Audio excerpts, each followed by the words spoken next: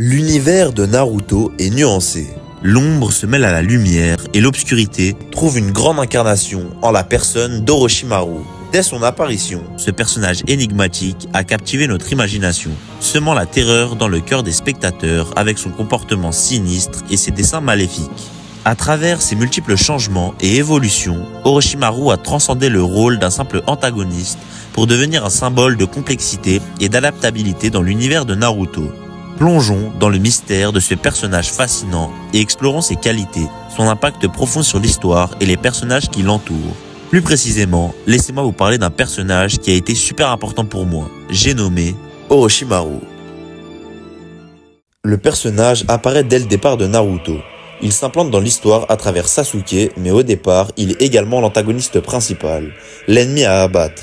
Orochimaru est introduit de manière vraiment terrifiante. La première fois que je l'ai vu, il me mettait vraiment mal à l'aise. Sa façon de se comporter vis-à-vis de Sasuke, sa manière de se faufiler pour se retrouver toujours là au pire moment, sa façon de s'exprimer, ses gestes accentuaient beaucoup cela. Les OST et la mise en scène ont également beaucoup joué. C'est la seule fois qu'un antagoniste m'a fait cet effet, et je trouve même que Kishimoto a beaucoup essayé de faire des antagonistes qui font peur, que ce soit par leur présence ou leur surpuissance, mais là où cela a le plus marché, c'est pour Orochimaru. Il va tenter de renverser Konoha, mais le troisième du nom va le stopper, et à partir de ce moment-là, le personnage va changer de statut. En dehors de rester un antagoniste secondaire, Orochimaru va devenir encore plus un électron libre qu'il ne l'était déjà. C'est le personnage dont les intentions sont très souvent floues, et qui arrive toujours avec une technique pour changer le cours de l'histoire.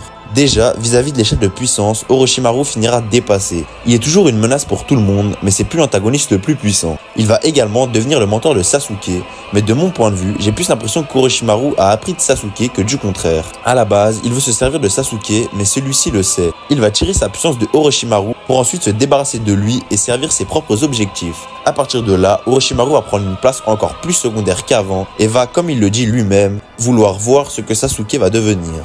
Il va devenir complètement observateur et apporter un aspect plus scientifique et plus intelligent, comme s'il savait ce que nous ne savions pas, et cela jusqu'à Boruto.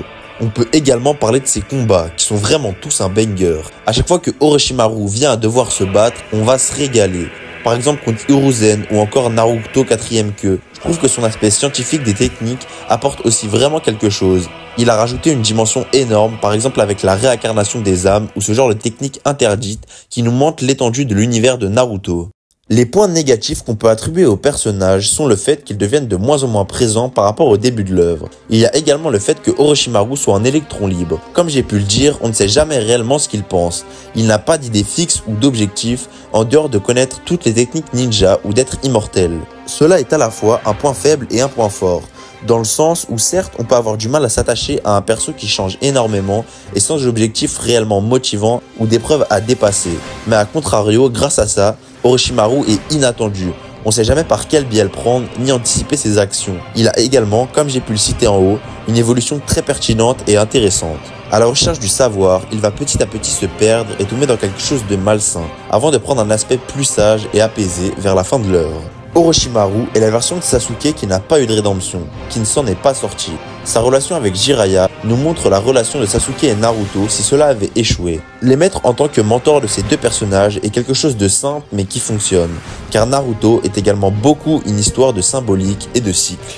J'aime beaucoup qu'on nous montre cette perspective pour qu'on ait une idée de ce que Sasuke allait devenir.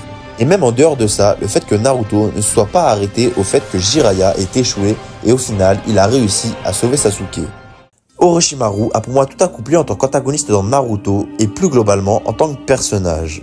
Il a appris des autres tout en continuant son chemin. De ses débuts terrifiants à ses moments de profonde sagesse, Orochimaru a parcouru un chemin complexe et rempli d'obstacles. Sa capacité à évoluer et à s'adapter tout en conservant une aura de mystère et d'imprévisibilité en fait un personnage unique et inoubliable dans l'histoire de Naruto.